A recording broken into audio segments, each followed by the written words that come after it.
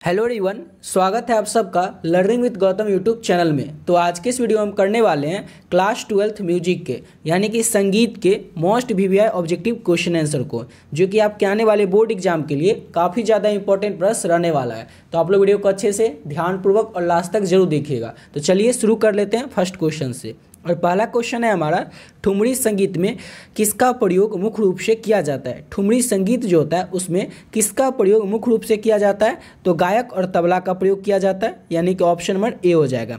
ठुमरी संगीत जो होता है उसमें तबला का और गायक का प्रयोग किया जाता है, ऑप्शन नंबर ए हो जाएगा। नेक्स्ट क्वेश्चन है हमारा, मात्रा किसे कहते हैं। तो मात्रा जो है ताल की इकाई होती है, उसी को हम लोग कहते हैं, यानी कि ऑप्शन नंबर ए हो जाएगा। सिंपल सा क्वेश्चन है, मात्रा किसे कहते हैं। और कई बार ये एग्जाम में भी पूछ सकता है सब्जेक्टिव क्वेश्चन आंसर में 2 नंबर में कि मात्रा किसे कहते हैं। तो ताल की एक इकाई होती है जिसे कि हम लोग मात्रा कहते हैं, ऑप्शन नंबर ए हो जाएगा।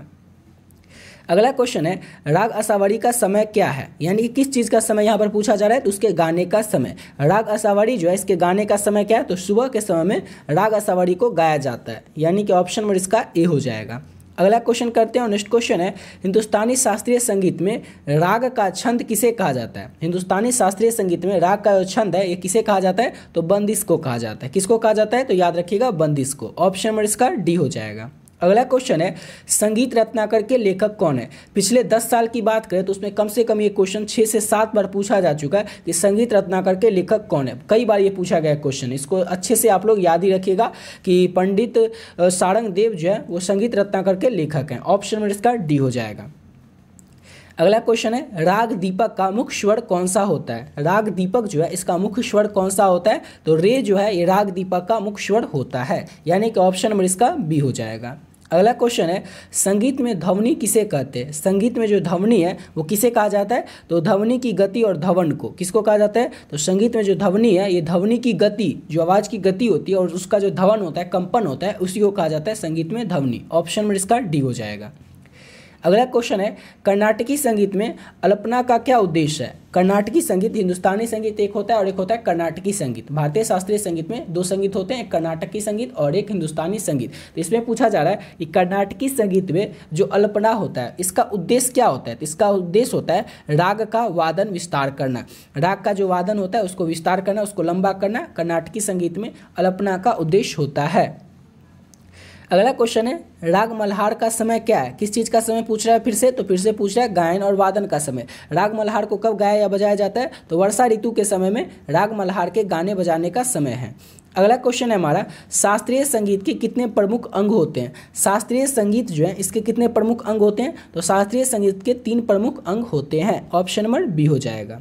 अगला क्वेश्चन है, ठुमरी गायन शैली में किस प्रकार के रागों का प्रयोग किया जाता है। ठुमरी गायन शैली जो है इसमें किस प्रकार के रागों का प्रयोग किया जाता है, तो हल्के और आकर्षक राग का प्रयोग किया जाता है ठुमरी गायन शैली में, यानी कि ऑप्शन नंबर क्या हो जाएगा, तो ऑप्शन नंबर इसका सी हो जाएगा। अगला क्वेश्चन है, राग भैरवी, यहाँ पे भीरवी लिखा गया लेकिन यहाँ पर होगा भैरवी, ठीक है। राग भैरवी का समय क्या है, तो राग भैरवी के गाने का समय सुबह का समय, ऑप्शन नंबर इसका सी हो जाएगा। अगला क्वेश्चन है, संगीत में नर्तन शब्द का क्या अर्थ होता है। संगीत जो है, म्यूजिक जो है, इसमें नर्तन जो शब्द है इसका अर्थ होता है नृत्य का प्रकार, डांस का प्रकार। नर्तन शब्द का अर्थ होता है नृत्य का प्रकार।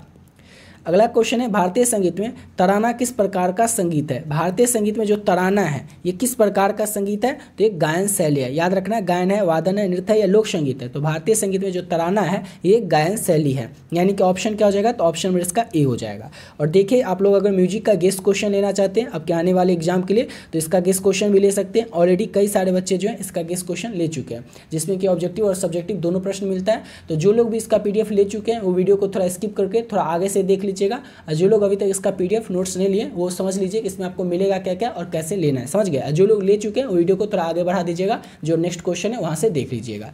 तो देखिए अगर इसकी बात करें आपको म्यूजिक का, तो देखिए आपका जो 8 सब्जेक्ट है इसमें आपका कोई 5 सब्जेक्ट टोटल होगा। टोटल आपका कोई 5 सब्जेक्ट होगा, जिसमें कि हो सकता है हिंदी हो, इंग्लिश हो, म्यूजिक हो, ये 3 तो हो ही जाएगा। उसके अलावा हिस्ट्री, ज्योग्राफी कुछ भी आपका हो सकता है 5 सब्जेक्ट। तो जो 5 सब्जेक्ट है 5 सब्जेक्ट का PDF आपको मिल जाएगा। उस PDF में आपको मिलेगा क्या क्या, तो ऑब्जेक्टिव मिलेगा, सब्जेक्टिव मिलेगा और प्रीवियस ईयर में पूछा गया प्रश्न मिलेगा। अब वो किस तरह करेगा तो वो समझ लीजिए। जैसे अगर म्यूजिक की बात करें तो इसमें आपको 400 प्लस ऑब्जेक्टिव क्वेश्चन मिलेगा, यानी कि 400 से भी ज़्यादा चैप्टर वाइज, यानी कि म्यूजिक में जितने भी चैप्टर हैं आपके सिलेबस में जो दिया गया उसके अनुसार जितने भी चैप्टर है हर एक चैप्टर के चैप्टर वाइज ऑब्जेक्टिव क्वेश्चन आपको मिल जाएगा, जिसकी संख्या 400 से भी ज़्यादा रहेगी। अगर ये 400 क्वेश्चन आप कर लेते हैं तो इसके बाहर से आपको एक भी क्वेश्चन एग्जाम में देखने को नहीं मिलेगा। और सेम इसी तरह से आपको सब्जेक्टिव क्वेश्चन में भी लघु उत्तरीय और दीर्घ उत्तरीय प्रश्न जो है वो 100 से भी ज़्यादा है आपको देखने को मिलेगा। 100 से ज़्यादा ही क्वेश्चन है, 105 या 110 के करीब इसमें क्वेश्चन है, लघु उत्तरीय और दीर्घ उत्तरीय दोनों प्रश्न है, समझ गए। और उसके बाद बात करें तो PYQ क्वेश्चन, यानी कि पिछला साल में जो पूछा गया क्वेश्चन है 2013 से लेकर के 2024 तक जो भी प्रश्न पूछा गया वो आपको मिल जाएगा। तो ये सब आपको मिलेगा किसी एक सब्जेक्ट में, ठीक है। और सेम इसी तरह से आपका जो भी 5 सब्जेक्ट होगा ना, 5 सब्जेक्ट का PDF मिल जाएगा। और अगर इतना कर लेते हैं ना, जैसे हिंदी में बात करें तो ऑब्जेक्टिव सब्जेक्टिव इतना ये सब अगर आप कर लेते हैं जो आपका 5 सब्जेक्ट होगा उसके लिए, तो इसके अलावा आपको कुछ भी करने की जरूरत नहीं है, ना कोई गेस्ट पेपर, ना कोई क्वेश्चन बैंक, ना कोई बुक। और सबसे मेन बात जो है इस PDF जो है इसका सबसे खास बात है कि इसका जो सब्जेक्टिव क्वेश्चन है, लघु उत्तरीय दीर्घ उत्तरीय जो प्रश्न है वो सिंपल लैंग्वेज में, कोई गेस्ट पेपर की तरह बड़ा बड़ा आपको आंसर नहीं मिलेगा। और वो उस गेस्ट पेपर में क्या रहता है, किताबी भाषा में लैंग्वेज रहता है, और इसमें सिंपल लैंग्वेज में मिलेगा ताकि आप लोग उसको अच्छे से पढ़े और अच्छे से समझ सकें। अब लेना किस तरह से तो वो देख लीजिए। ओनली आपको 50 रुपये पे करना, और 50 रुपये में ही आपको 5 सब्जेक्ट का जो PDF है वो मिल जाएगा, समझ गए। कि जो 5 सब्जेक्ट आपका जो भी हो उस 5 सब्जेक्ट का PDF आपको मिल जाएगा। अब पे कैसे करें तो ये देखिए नंबर है 7903820891। इस नंबर पे आप लोग फ़ोनपे, गूगल पे, पेटीएम किसी भी माध्यम से आप लोग केवल आपको 50 रुपये पे करना है। और आपको क्या करना है, इसी नंबर से व्हाट्सएप है, इस नंबर से जो व्हाट्सएप है आपको उस पर पे करके व्हाट्सएप पर स्क्रीनशॉट भेज देना है। और जो भी आपका 5 सब्जेक्ट हो आप लोग मैसेज कर दीजिएगा। 5 सब्जेक्ट का जो PDF है, टोटल PDF की संख्या आपके 5 सब्जेक्ट में हो जाएगा 18 या 17 PDF है, समझ गए। 17 या 18 PDF है। उस अच्छे से अगर उस सारे PDF को कंप्लीट कर लेते हैं, पढ़ लेते हैं, समझ लेते हैं, तो यकीन मानिए आपसे एग्जाम में एक भी क्वेश्चन छूटने वाला नहीं है, समझ गए। और म्यूजिक में तो खासकर आपसे एक भी प्रश्न छूटने वाला नहीं है, चाहे वो ऑब्जेक्टिव हो या सब्जेक्टिव हो। इतना कर लीजिए, आपको उसके बाद कुछ भी करने की जरूरत नहीं पड़ेगी। चलिए इतना समझ गए आप लोग। अब आते हैं अपने क्वेश्चन पे। तो अगला क्वेश्चन क्या था हमारा, 15 नंबर क्वेश्चन है, हिंदुस्तानी संगीत में कौन से ग्रंथ में संगीत की नायक और नायिका की चर्चा की गई है। कौन सा वो ग्रंथ है तो नाट्यशास्त्र है, जिसमें कि हिंदुस्तानी संगीत का वो कौन सा ग्रंथ है जिसमें कि संगीत की नायक और नायिका की चर्चा की गई है, तो नाट्यशास्त्र में। ऑप्शन नंबर इसका ए हो जाएगा। अगला क्वेश्चन है, राग हेमेंद्र का प्रमुख स्वर कौन सा होता है। राग हेमेंद्र जो है, हेमेंद्र, इसका प्रमुख स्वर कौन सा होता है तो रे होता है, रे होता है राग हेमेंद्र का प्रमुख स्वर। ऑप्शन ए हो जाएगा। अगला क्वेश्चन है, नाद का संगीत में क्या अर्थ होता है। तो नाद का जो संगीत में अर्थ होता है, संगीत में नाद किसे कहते हैं तो आवाज़ की उत्पत्ति को, आवाज़ की उत्पत्ति को नाद का संगीत में अर्थ होता है। ऑप्शन में इसका हो जाएगा सी। अगला क्वेश्चन है, हिंदुस्तानी संगीत के लिए कौन सा ग्रंथ प्रसिद्ध है। तो हिंदुस्तानी संगीत के लिए कौन सा ग्रंथ प्रसिद्ध है, 4 ऑप्शन में से आपको बताना है, और तो हो जाएगा इसका ऑप्शन नंबर सी। संगीत माला जो है हिंदुस्तानी संगीत के लिए ऐसा ग्रंथ है जो कि प्रसिद्ध है, संगीत माला, ठीक है। ऑप्शन में इसका सी हो जाएगा। अगला क्वेश्चन है हमारा, संगीत में भव का क्या अर्थ होता है। तो संगीत में भव का क्या अर्थ होता है, तो संगीत में होता है भव का अर्थ और गायक की भावना। भव मतलब गायक की भावना, संगीत में भव का अर्थ होता है। अगला क्वेश्चन है हमारा, भारतीय शास्त्रीय संगीत में आलाप किसे कहते हैं। भारतीय शास्त्रीय संगीत में आलाप किसे कहते हैं। तो आलाप किसे कहते हैं तो आलाप कहते हैं राग का गायन बिना ताल के जो होता है उसी को भारतीय शास्त्रीय संगीत में आलाप कहते हैं। क्या कहते हैं तो आलाप। ऑप्शन नंबर ए हो जाएगा। अगला प्रश्न करते हैं और नेक्स्ट क्वेश्चन है, राग मल्हार का संबंध किस मौसम से है। मल्हार से तो आपको याद ही रखना है वर्षा, वर्षा। मल्हार को कहीं पर भी ऋतु पूछे तो वर्षा ऋतु याद रखिए, समझ गए ना। ऑप्शन नंबर इसका बी हो जाएगा। अगला क्वेश्चन है, ठुमरी गायन शैली के प्रमुख राग कौन से हैं। तो ठुमरी गायन शैली के जो प्रमुख राग है वो राग भैरवी और राग मलकौस होते हैं। ऑप्शन नंबर इसका ए हो जाएगा। याद रखिएगा, ठुमरी गायन शैली का जो प्रमुख राग है वो कौन सा है तो राग भैरवी है और राग मलकौस है। ऑप्शन नंबर इसका ए हो जाएगा। अगला क्वेश्चन है, राग काफी का प्रमुख समय क्या है। तो राग काफी जो है इसके गाने बजाने का जो समय होता है वो समय कौन सा होता है तो रात्रि का समय होता है, रात का समय होता है राग काफी के गाने बजाने का। ऑप्शन नंबर इसका सी हो जाएगा। अगला क्वेश्चन है, हिंदुस्तानी संगीत में विधान किसे कहते हैं। हिंदुस्तानी संगीत में ना विधान किसे कहते हैं तो राग का जो नियम होता है उसे ही हम लोग हिंदुस्तानी संगीत में क्या कहते हैं विधान कहते हैं। ऑप्शन नंबर ए हो जाएगा। अगला क्वेश्चन है, भारतीय संगीत में किस ग्रंथ में ताल की विस्तृत चर्चा की गई है। भारतीय संगीत का वो कौन सा ग्रंथ है जिसमें कि ताल के बारे में विस्तृत चर्चा की गई है तो नाट्य शास्त्र में। ऑप्शन नंबर इसका बी हो जाएगा। अगला क्वेश्चन है, राग बागेश्वरी का समय किस चीज़ का समय पूछ रहा है। राग बागेश्वरी का समय यानी कि राग बागेश्वरी के गाने का समय क्या है तो रात्रि के समय में राग बागेश्वरी के गाने का समय है, यानी कि ऑप्शन क्या हो जाएगा तो ऑप्शन नंबर इसका ए हो जाएगा। अगला क्वेश्चन है, भारतीय शास्त्रीय संगीत में सप्तक का क्या अर्थ होता है। तो भारतीय शास्त्रीय संगीत में सप्तक का अर्थ क्या होता है तो सप्तक का अर्थ होता है इसमें 7 स्वरों की श्रृंखला। ऑप्शन नंबर इसका सी हो जाएगा। भारतीय शास्त्रीय संगीत में सप्तक का अर्थ होता है 7 स्वरों की श्रृंखला। ऑप्शन सी हो जाएगा। अगला क्वेश्चन है तिहाई का क्या अर्थ होता है। तिहाई का क्या अर्थ होता है संगीत में, तो 3 ताल की इकाई। तिहाई का अर्थ होता है 3 ताल की इकाई। ऑप्शन नंबर इसका ए हो जाएगा।